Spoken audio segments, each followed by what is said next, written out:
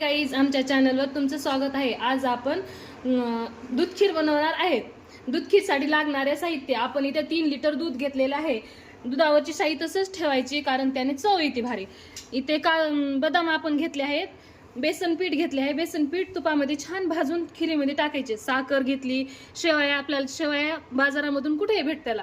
काजू, तूप अशा प्रकारे आपण साहित्य घेतलेले आहे. मग असे आपण जे बदाम घेतले होते वाटीमध्ये त्याला थोडेसे आबडधोबड मिक्सरमध्ये फिरवून घ्यायचे.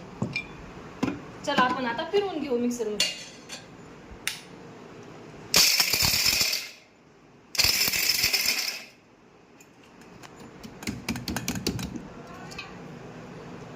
थोडे आणखीन एक वेळेस चालू करायची गरज आहे मिक्सर.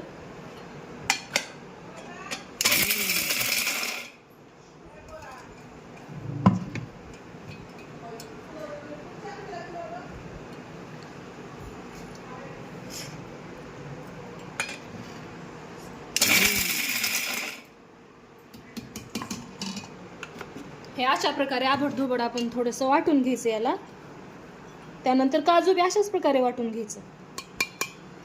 आपण मग अशी बदाम वाटून घेतले, आता आपण काजू वाटून घेऊ. थोडेसे मोठेच घ्यायचे काजू वाटून घेऊया.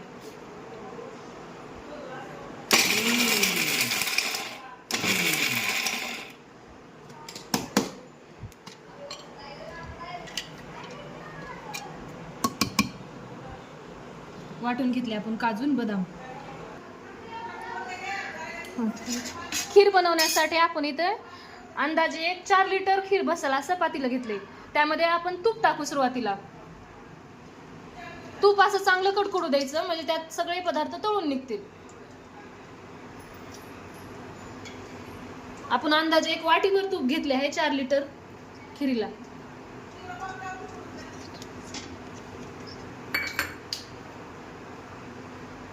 त्यानंतर त्यात शेवया टाकून घ्यायच्या. शेवया कमी गॅसवरती भाजायच्या, चांगल्या खरपूस होऊस तर, म्हणजे थोड्या लालसर त्याला कलर येऊस तर भाजून घ्यायच्या शेवया. तुम्ही बघू शकता तुपाला किती छान ताव आलेला आहे. ते तूप असं चांगलं मधून कडकडलंय. हळूहळू आपण त्यात शेवया घालून घेऊया. साधारण शेवया 1 वाटी भरून घेतली आहे तिथे. तुम्ही तुमच्या अंदाजानुसार घेऊ शकता. त्याला आपण हलक्या हातानं परतून घेऊया. गॅस कमीच ठेवायचा. शेवया थोड्याशा लालसर होस तर भाजून घ्यायच्या.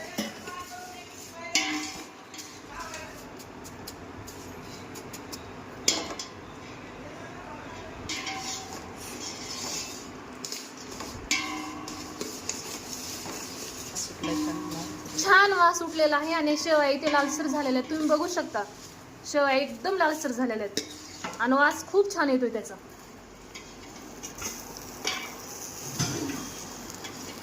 झाऱ्याच्या साहाय्याने आपण त्या शेवया काढून घ्यायच्या.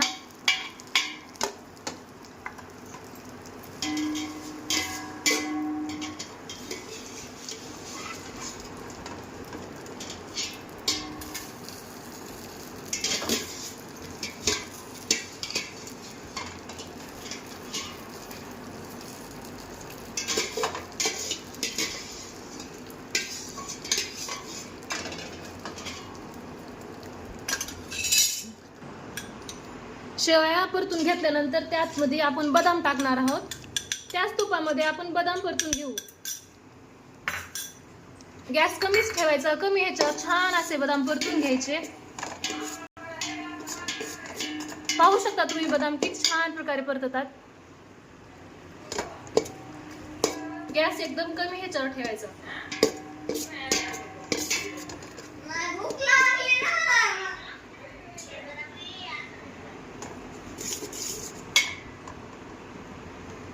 बदाम परतल्यानंतर त्यात काजू टाकून घ्यायचे. काजूही छान अशा प्रकारे परतून घ्यायचे.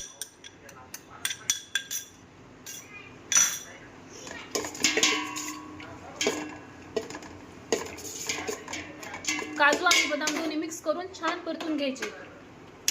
एकीकडे दूध तापवायला ठेवलेलं आहे. थोडे दूध गरम करून घ्यायचे.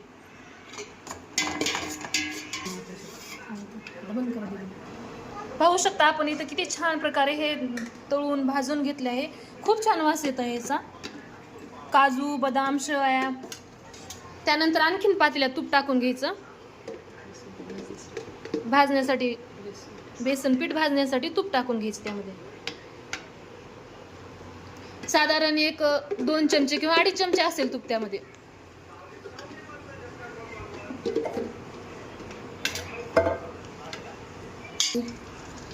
त्यानंतर त्यात थोडं बेसन पीठ टाकून घ्यायचं आपण मगाशी घेतलेलं.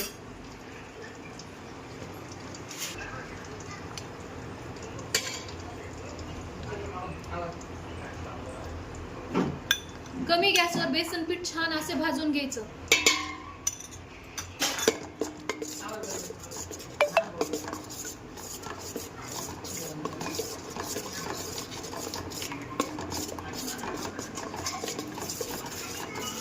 पाहू शकता आपण इथे बेसन पीठ किती छान भाजत आहे.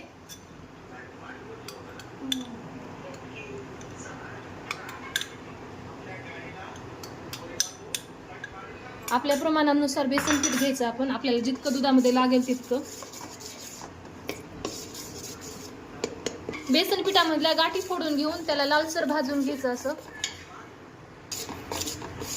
पेढ्यापेक्षा बेसन पिठाने खूप छान चव येते, मिठाई सारखी अशी. पाहू शकता तुम्ही इथे बेसन पिठाचा खूप छान वास सुटलेला आहे. लालसर बेसन पीठ भाजून घेतलं आहे आपण इथे. त्याला सतत हलवत राहायचं कारण बेसन पीठ खाली लागून करपू शकतं. पाहू शकता मैत्रिणींना आपण वास खूप छान येत आहे इथे. आपलं बेसन पीठ भाजत आलं आहे. आपलं आता बेसन पीठ भाजून पूर्ण झालं आहे. त्यात आपण उकळलेलं दूध टाकून घेऊया. आपण इथे दुडक्याच्या सहाय्याने दूध आपण बेसन पीठ मध्ये टाकून घेणार आहे. बेसन पीठ आपलं छान भाजलेलं आहे. हलवायचं आहे मध्ये.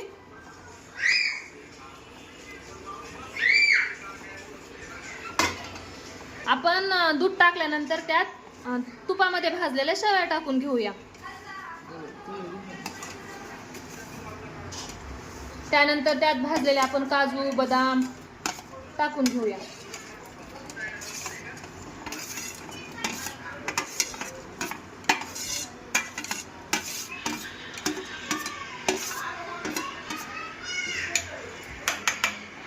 हलवून घ्यायचं ह्याला सारखं. 2-3 वाट्या साखर. दुधाला छान उकळी आलेली आहे. त्यामध्ये आपण 2 वाटी साखर टाकून घेऊया. छान मिक्स होऊस तर त्याला आपण हलवून घेऊया.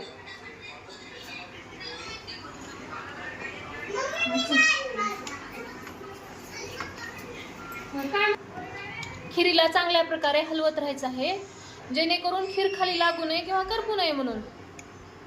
थंड झाल्यानंतर खीर खूप छान होते आणि घट्ट पण होते. एकदा नक्की करून पहा तुम्ही पण, तुम्हाला पण खूप छान आवडेल खीर. खीर चांगली फुटलेली आहे. आता मी गॅस बंद करते.